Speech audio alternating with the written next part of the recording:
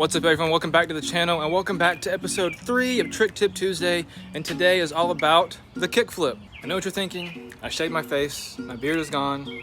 Yes, it's uncomfortable, yes, it's weird, but I want to try something new. I don't think I'm going to keep it, I'm definitely going to let my beard grow back, but like I said earlier, today is all about the kickflip. Now the kickflip is like the trick if you're trying to learn how to skateboard. That's the trick everyone wants to learn, that's the trick everybody thinks you should learn first, and really that's wrong.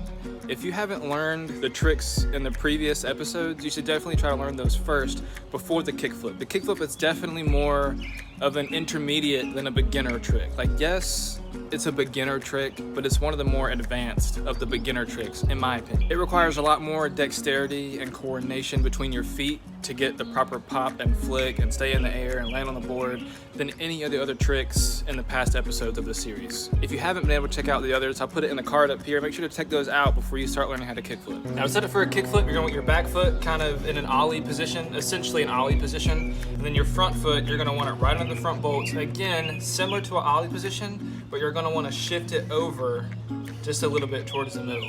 Typically, I like to have my toe of my front foot right under this bottom bolt right here, because that really gives you the flick motion. And the whole trick to the kickflip is the flick.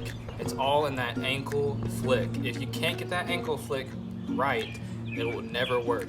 So you're gonna wanna pop the board, slide your foot up to level it, just like you do an ollie. But then once you get to this point, you flick your ankle, board does a full rotation, you have to find it, catch it, and land on it.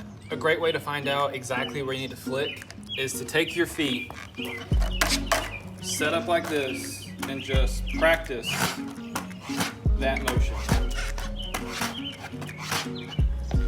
Just practice that motion over and over again, and you can kind of see it, maybe not. There's a little mark right here, or if you want, you can take your shoe and just make a rubber mark right where you need to flick. That way you can visualize exactly where you need to flick the board to get that full kickflip rotation. Now, an important thing that you need to learn is everyone kickflips differently. My foot position is that, but also I'm very comfortable with this trick. Typically, the less comfortable you are with the flicking trick, your foot is gonna be closer to the other foot. So right now I'm currently learning switch flips, and my foot position kind of looks like this, where my front foot is closer towards the middle of the board rather than up towards the bolts. And when you're learning this trick, that's probably going to be one of the only ways you're actually going to get the flip rotation, if you slide your front foot down closer to the middle rather than up at the bolts. Having your foot up at the bolts really levels out the board and gives the trick some more style, whereas keeping it farther down towards the middle is more consistent with the rotation that you want. Some great ways to practice this trick is to pop and flick it and just leave it. Just flick the board and just try to get the rotation without even attempting to land on it. You're just gonna pop it, flick your foot, and try to get the board to flip, because that's gonna be the first struggle, is even getting it to flip in the first place. And then once you've got the flip down and you're consistently popping and flipping the board, even though you're not landing on it, then try to 1 foot land.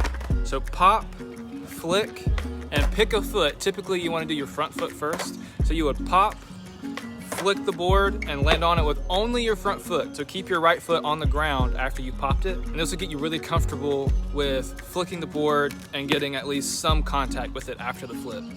After that, you might want to switch feet. So you're gonna pop it, flick it, and then try to catch it with your back foot. So now you have a feel of what it's like to catch it with both feet. And that's where the hard part comes in, fully committing to landing with both feet. So right now I'm having this very similar situation because I'm learning switch flips. So I'm learning flips in my opposite stance. So I'm going through the whole process of learning how to kickflip again. This is one of the things I'm struggling with, is getting the flick and fully committing to land back on the board. So a lot of you are gonna learn this trick and you're gonna get that flip down super consistent, and you can consistently land it with 1 foot. But then as soon as you try to keep both feet in the air the whole time, everything's just gonna fly out the window and it's not gonna look good at all. But that's where you just have to keep practicing and going out every day to try this trick. It's never gonna come around unless you're making it a habit to consistently practice this trick.